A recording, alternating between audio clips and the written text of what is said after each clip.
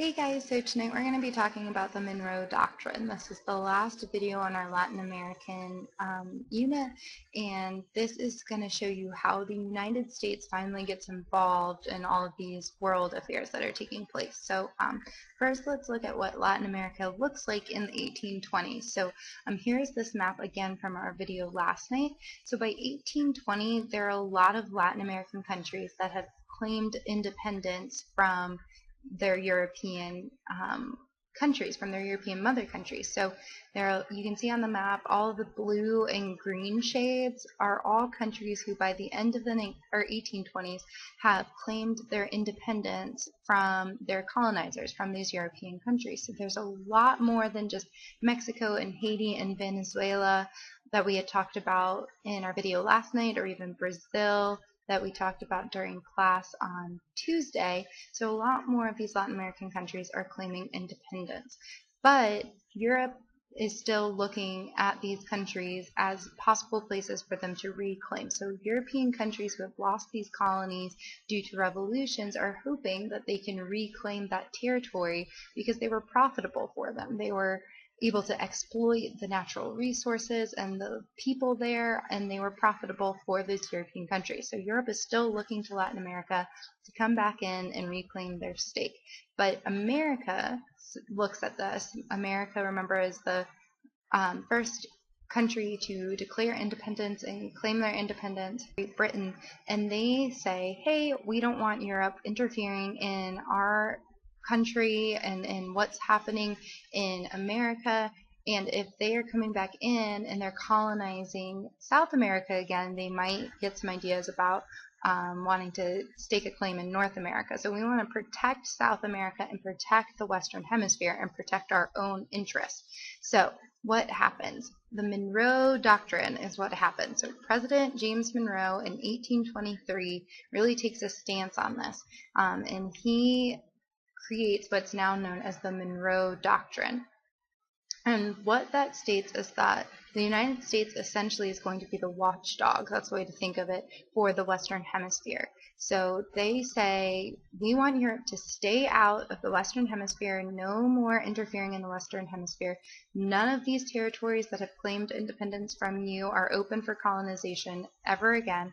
And any act of a European country in the Western Hemisphere, any European country coming to the Western Hemisphere and trying to have any interference in these Latin American colonies, or what used to be Latin American colonies now are independent countries, will be seen as an act of aggression, and that America, the United States, is going to protect Latin America. They will step in if any of these European countries try to interfere in the Western Hemisphere. So that's the basic idea of the Monroe Doctrine, and it does a couple really important things. One, it's the United States saying we recognize these Latin American countries who have claimed independence as actual countries. So even though they've claimed independence and they've claimed that they are independent countries, it doesn't really have any legitimacy to it. So by the United States saying we recognize you as independent countries, it legitimizes their claim. It makes their claim real.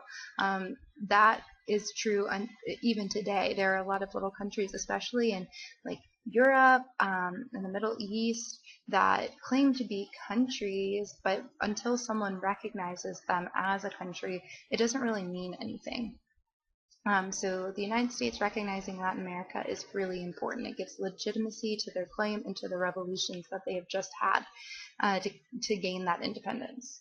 Next, it gives America sole influence over Latin America. So because the United States is saying, we recognize you and we're going to help you stay independent from these European powers, we will back you if these European nations come and try to interfere in your countries, it gives the United States sole influence over Latin America, because the Latin American people are going to be happy that they have another country recognizing them and supporting them, and therefore the United States can kind of have influence, sole influence over Latin America. They're helping them keep European influence out.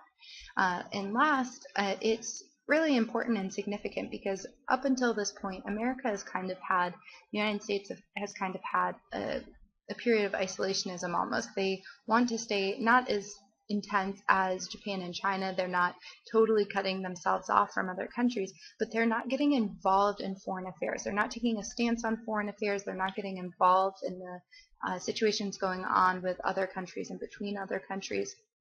And so the Monroe Doctrine is the first time that the United States really takes a stance on a foreign issue, foreign policy issue, and on a global issue, and involves themselves in the global world. So it's no longer, the United States is no longer keeping to itself, and it's getting more involved in global and foreign affairs. So that is a really quick review on the Monroe Doctrine. You can see some of these political cartoons on this slide are illustrating that idea of the Monroe Doctrine. So the one up top says, what do you mean by off limits? That's what Europe is saying. What do you mean by off limits? And there's a line across the Western Hemisphere right before North and South America that says stop.